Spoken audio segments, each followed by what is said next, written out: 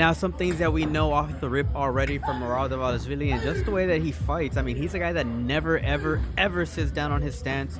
So in my honest opinion, anybody out there that's able to control the base of Merab Dvalishvili, even if it's for a second, has a significant advantage because Merab Dvalishvili likes to fight with a lot of rhythm and a lot of momentum. That's why he never ever sits down on his base. He's always jumping around, always moving.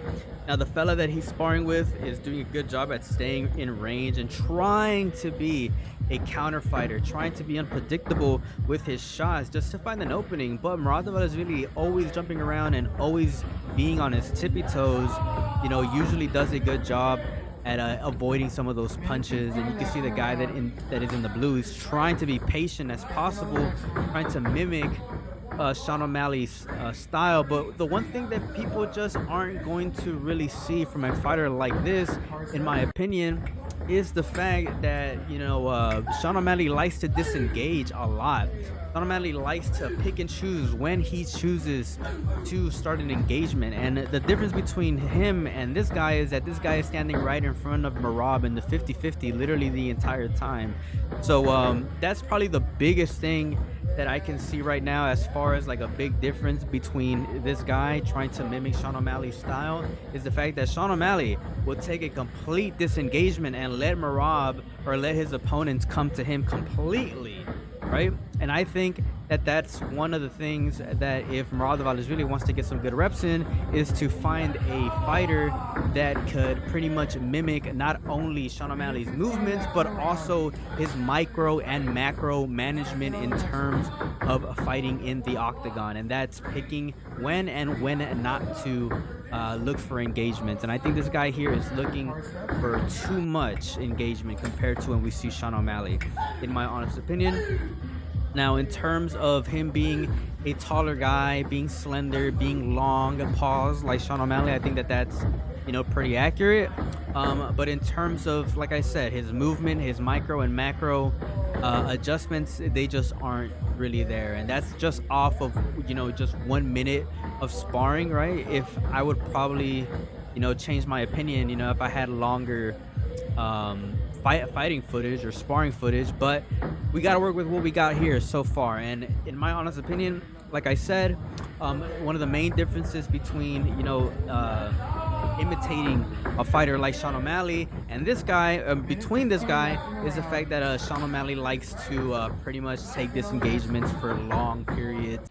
Just to go over a lot of the things that I said in the previous clip, here we see Merab Dvalishvili again, never sitting down on his base, always moving around, always jumping around, always trying to have a lot of rhythm into his fighting. So that's why I keep saying that if there's somebody out there that can limit the fact that Merab Dvalishvili likes to never ever sit down on his base, I think that they have a big advantage. That's one of the things that I've been saying a lot, throughout the many times that I've seen Merab Dvalishvili fight, is if there's anyone out there literally that can attack his base, so Merab Dvalishvili does not jump around, I think that they are in a good spot. I think that Peter Yan was doing a decent job in the early rounds at trying to keep Merab at bay, trying to keep him from not gaining any momentum or any rhythm in his stance. But he was just getting a freaking takedown like crazy. Like, Merab went for so many takedowns in that fight.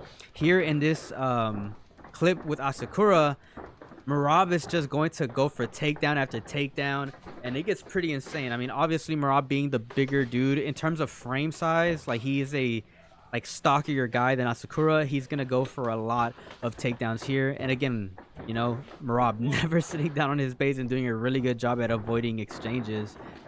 A pretty decent reversal there from Asakura, but then we see that Merab again just shooting for more takedowns, right? And that's something that I think we're gonna see a lot more whenever we do see the rematch between him and Sean O'Malley, is that he's gonna try to go for more and more takedowns against him. I really don't think that Merab should try to stand and bang with Sean O'Malley as much. I think that he should try to wrestle Sean O'Malley if he wants to secure a win as much as possible, because we all know that there was a lot of rumors going around pretty much saying that Sean O'Malley was injured going into that fight and did not want to pull out against fighting Merab, right? And if those rumors are true, right, then Merab Dvalishvili really wants to secure the win as much as possible, and I really don't think that him standing in front of Sean O'Malley, is a good idea.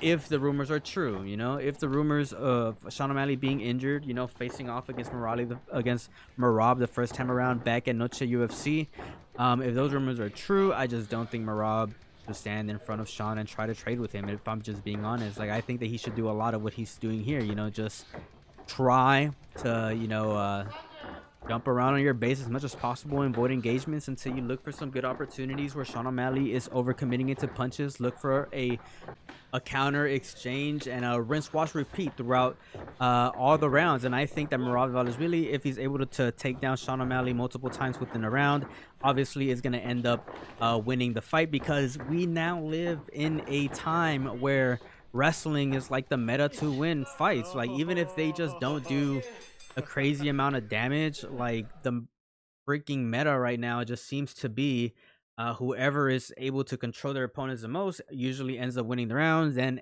ends up winning the fight, because if you win all the rounds, you win the fight. And that's what we've seen from Merab multiple times. Of course, he is not a guy that is known for finishing or for having knockout power, for literally, TKOing anyone in general. I really don't remember the last time I seen Merab finish anyone fight. But that's just honest truth, and that's something that could be backed up by data. I think that Merab Dvalishvili right now is the fighter that has or the champion that has the least amount of knockouts or finishes. But that's pretty much it, ladies and gentlemen. If you guys enjoyed the video and my takes, make sure you guys subscribe to the channel. Let me know what you guys think down in the comment section below. As always, it's a pleasure. Peace out and have a good one.